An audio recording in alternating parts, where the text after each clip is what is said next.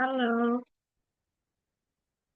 halo semuanya. Perkenalkan, saya Safira Olive Oktiana dengan NIM 27024731061. Saya dari jurusan Business Management BINUS Online.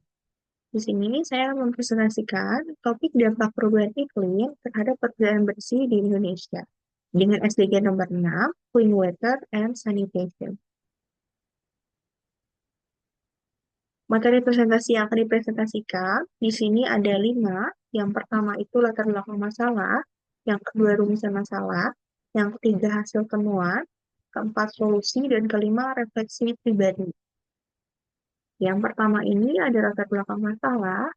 Latar belakang masalah ini, perubahan iklim telah menjadi tantangan besar, termasuk di Indonesia, menyebabkan pola curah hujan yang tidak menentu, peningkatan banjir, dan musim kemarau yang panjang. Dampak dari perubahan ini adalah terganggunya ketersediaan dan kualitas air bersih, baik akibat banjir yang mencemari sumber air maupun kekeringan yang menyebabkan krisis air di berbagai wilayah. Data menunjukkan bahwa Indonesia menghadapi krisis air bersih dengan hanya sebagian kecil air yang dapat dikelola secara aman, dan banyak rumah tangga yang masih mengonsumsi air yang terkontaminasi. Selain itu, pertumbuhan penduduk dan aktivitas manusia yang semakin meningkat akan kebutuhan air membuat ketersediaan air bersih di Indonesia ini semakin terbatas. Dengan terbatasnya ketersediaan bersih di berbagai wilayah, penting untuk melakukan konservasi air secara bijak dan berkelanjutan. Upaya yang dapat dilakukan tentunya seperti pembangunan infrastruktur air, pengelolaan sumber daya air, serta peningkatan edukasi dan kesadaran masyarakat tentang pentingnya konservasi air dan kualitas air yang layak. Kolaborasi antar pemerintah, sektor swasta, dan masyarakat diperlukan untuk mengembangkan solusi berkelanjutan untuk mencegah krisis air di masa mendatang. Slide kedua ini terkait dengan rumusan masalah, terbagi menjadi 4 aspek. Yang pertama ini, bagaimana dampak perubahan iklim terhadap ketersediaan bersih di Indonesia, khususnya di daerah-daerah yang rentan terhadap bencana banjir dan kekeringan. Yang kedua ini terkait faktor apa yang menyebabkan penurunan kualitas air bersih di Indonesia akibat perubahan pola curah hujan dan bencana banjir yang terjadi. Lalu yang ketiga ini, ada upaya apa yang dapat dilakukan untuk mengurangi dampak negatif perubahan iklim terhadap ketersediaan bersih di Indonesia melalui peningkatan infrastruktur dan pengelolaan air yang berkelanjutan.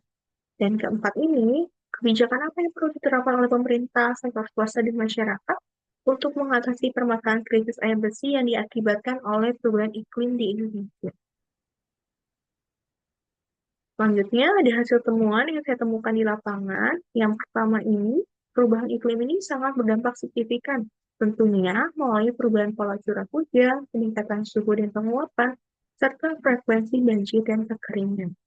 Lalu yang kedua ini, pencemaran limbah atau sisa produksi, pembuangan sampah sembarangan, perubahan pola cuaca yang tidak stabil, dan kurangnya infrastruktur pengolahan air merupakan faktor penyebab penurunan kualitas air bersih di berbagai wilayah.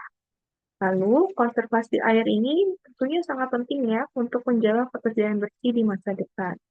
Dan upaya konservasi dapat dilakukan melalui pengurangan penggunaan air, pembuatan sumur resapan, dan perlindungan daerah tangkapan air. Yang terakhir ini, pengelolaan air yang bijaksana dan berkelanjutan diperlukan untuk menjamin ketersediaan air bersih dalam jumlah dan kualitas yang memadai.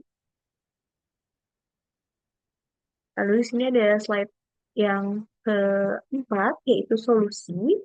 Solusi yang dapat ditawarkan dari hasil temuan itu, yang pertama itu pengelolaan sumber daya air yang berkelanjutan, lalu konservasi air secara intensif, dan pengendalian atau penanggulangan pencemaran air, serta edukasi dan pemberdayaan masyarakat. Dan kolaborasi multisektor juga tentu sangat diperlukan untuk pengelolaan dan konservasi air di masa mendatang. Dan slide terakhir ini terkait dengan refleksi pribadi, melalui keterlibatan saya dalam proyek ini, saya menjadi lebih peka terhadap pentingnya pengelolaan sumber daya air yang berkelanjutan dan peran perubahan iklim dalam memperoleh krisis air di berbagai daerah di Indonesia.